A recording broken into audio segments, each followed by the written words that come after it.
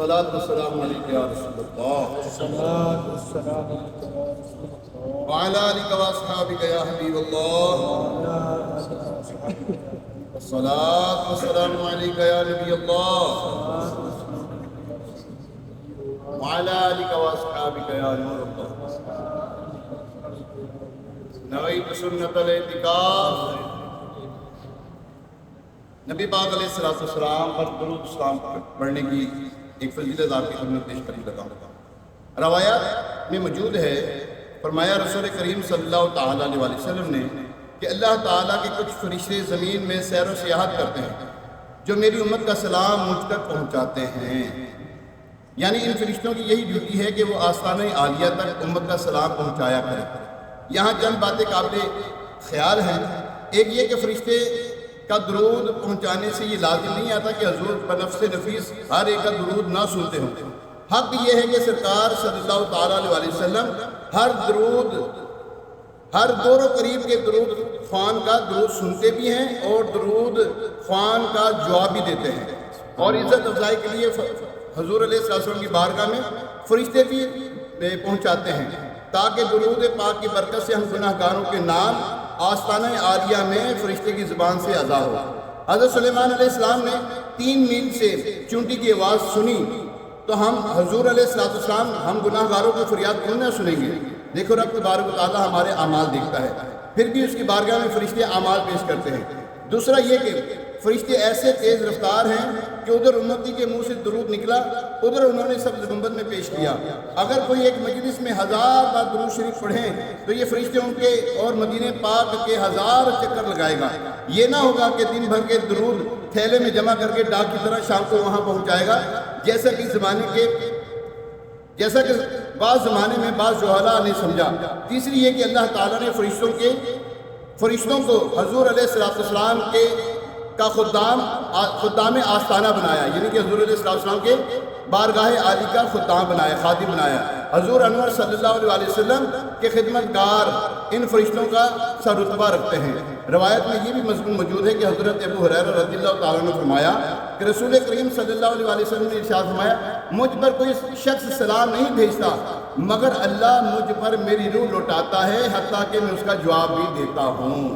اللہ کریم ہمیں کثرت کے ساتھ درود و سلام پڑھتے رہنے کی توفیق عطا فرمائے، آمین بجاہ نبی الامین علیہ الصلوۃ والتسلیم۔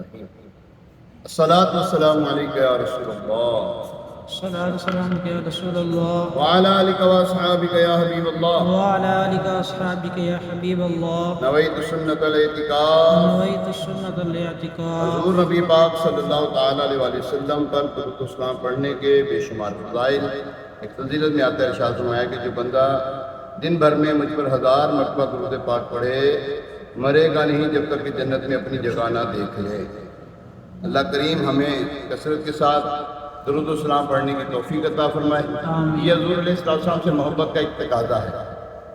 جن کو حضور علیہ السلام سے محبت ہوتی ہے، حضور علیہ السلام کے جب بھی نام اس میں گرامی آتا ہے وہ ہر بار درود پاک پڑھتے ہیں، یہ محبت کی علامت ہے۔ سبحان اللہ۔ اللہ کریم ہمیں اسی پر رکھے۔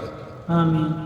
آئیے ایک مرتبہ حصول برکت کے لیے باعث رحمت کے لیے حضور علیہ السلام کی ساری امت کے سارے ثواب کے لیے درود پاک پڑھ لیتے ہیں۔ صلاۃ والسلام علیک یا رسول اللہ صلاۃ وعلی آلک واصحابک یا حبیب اللہ۔ صلاۃ والسلام۔ محمد کی محبت ہے، محمد کی محبت دین حق کی شرط اول ہے، اگر اسی میں ہو خامی تو سب کچھ نامکمل ہے۔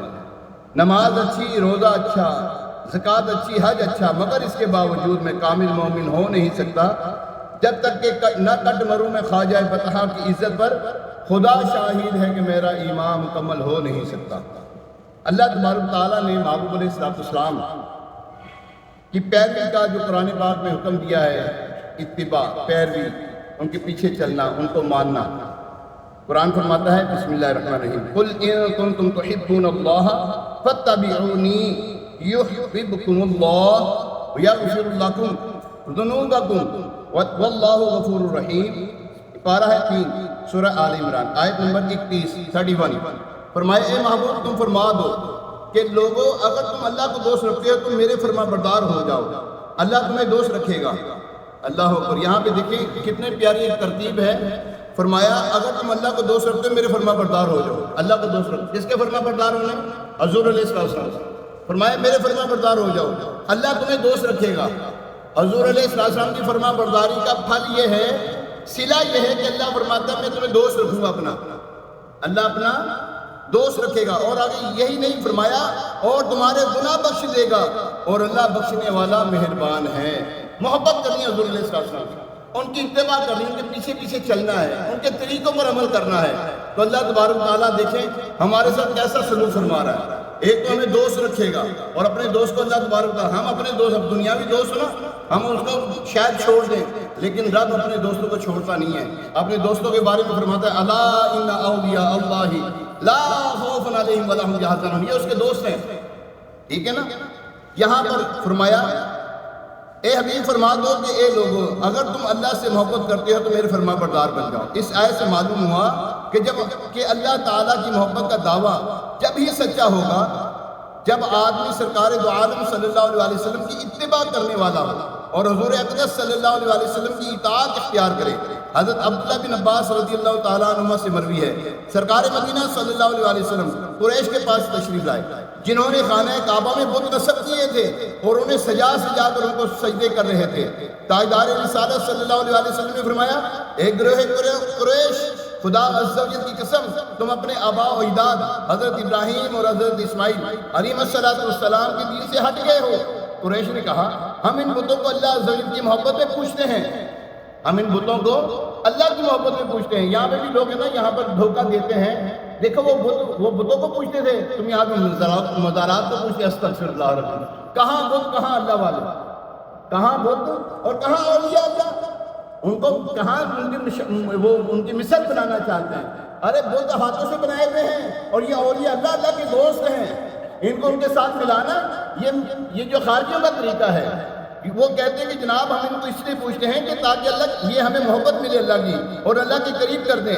الحمدللہ ہم مسلمان اہل ایمان والے یہ قبرستان جا کر یا مزارات اولیاء پر جا کر پوچھتے نہیں ہیں۔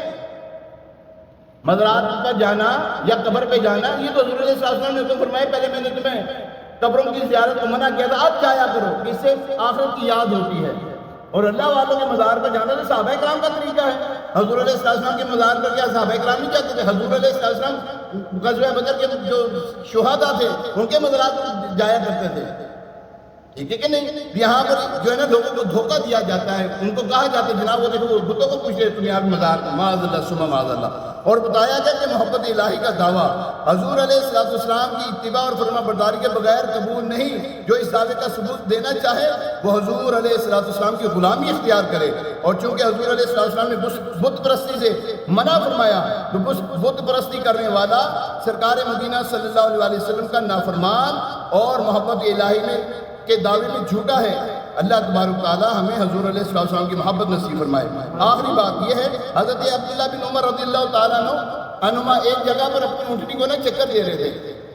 کسی نے پوچھا کہ آپ یہ کیا کر رہے ہو، اس کی حکمت؟ انہوں نے کہا میں تو نہیں جانتا، لیکن میں نے حضور علیہ السلام کو ایسا کرتے دیکھا تو میں وہ عمل کر رہا ہوں۔ یہ صحابہ کرام کا طرز عمل تھا۔ اللہ تبارک تعالیٰ ہمیں حضور علیہ السلام کی محبت سچی سچی محبت عطا فرمائے، آمین بجاہ نبی الامین علیہ الصلوۃ والتسلیم۔ بسم اللہ الرحمن الرحیم، الحمد للہ رب العالمین والصلاة والسلام علی سید الانبیاء والمرسلین۔ یا اللہ عز و جل، یا ارحم الراحمین، اے پاک پروردگار، اے ہمارے پالنہار، یا ارحم الراحمین ہماری نماز عصر کی ادنا سے حاضری قبول فرما، حضور علیہ السلام کی اور اپنی سچی سچی محبت عطا فرما، اپنا اور اپنے مدنی حبیب صلی اللہ علیہ وسلم کا مطیع و فرما بردار بنا دے۔ یا اللہ عز و جل ہمیں نیکوکار بنا دے، متقی پرہیزگار بنا دے، ہمیں ایسا بنا دے مولا جیسا تو چاہتا ہے۔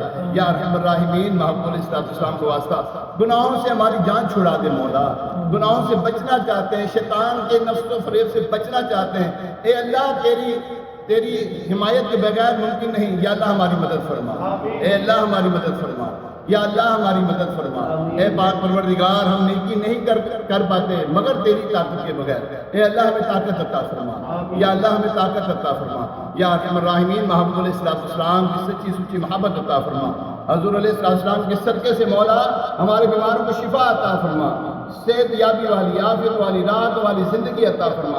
ہمارے وسیم بھائی کو ان کی والدہ کو شفا عطا فرما۔ سہیل بھائی کو یا اللہ عز شفا عطا فرما. ہمارے یہاں پہ نمازی اس نے اپنی گھر والی کے لیے دعا کی کہا یا اللہ اس کی گھر والی جو بیمار ہے اللہ اس کو شفا دے دے. ہمارے جلال اللہ کو شفا دے دے, اس کے ماں باپ کو شفا دے دے. ہمارے حاجرہ باجی اس کی بہنوں اور اس کے ماں باپ کو شفا یابی والی, عافیت والی, راحتوں والی زندگی عطا فرما. اے پاک پروردگار محمد علیہ السلام کو واسطہ ہمارے خرم بھائی کے ماموں جان فوت ہو یا اللہ ان کی مغفرت فرما دے. یا اللہ ہمارے ماں باپ, بہن بھائی, دوست احباب, عزیز و اقربا اور تمام امت مسلمہ کی مغفرت فرما دے. فلسطین کے مسلمانوں پر رحم فرما. اے اللہ فلسطین کے مسلمانوں پر رحم فرما, فلسطین کے مسلمانوں کی مدد فرما, غیب سے مدد فرما. یا اللہ اے پاک پروردگار جہاں کہیں بھی مسلمان کفار کے ہاتھوں مظلومیت کا شکار ہیں, اے اللہ مسلمانوں کی مدد فرما, کفار کو نیست و نابود فرما دے. یا اللہ کفار کو نیست و نابود کر دے. یا ارحم الراحمین مکی مدینہ کی بات حاضری نصیب فرما. حضور علیہ السلام کی مسجد میں نماز کی حالت میں ایمان و عافیت کے ساتھ جلوہ محبوب میں شہادت کی موت نصیب فرما. جنت البقیع میں مدفن اور جنت الفردوس میں مدنی حبیب صلی اللہ علیہ وسلم کا پڑوس عطا فرما. دنیا میں ہر آفت سے بچانا مولا, عقبہ میں نہ کچھ رنج دکھانا مولا. بیٹھوں جو درے پاک پیغمبر کی حضور, ایمان کو اس وقت اٹھانا مولا. کہتے رہتے ہیں دعا کے واسطے بندے تیرے, کر دے پوری یار ہر بے قسم مجبور کی. وصلی اللہ تعالی علی خیر خلق محمد وعلی آلہ وصحبہ اجمعین برحمتک یا ارحم الراحمین. السلام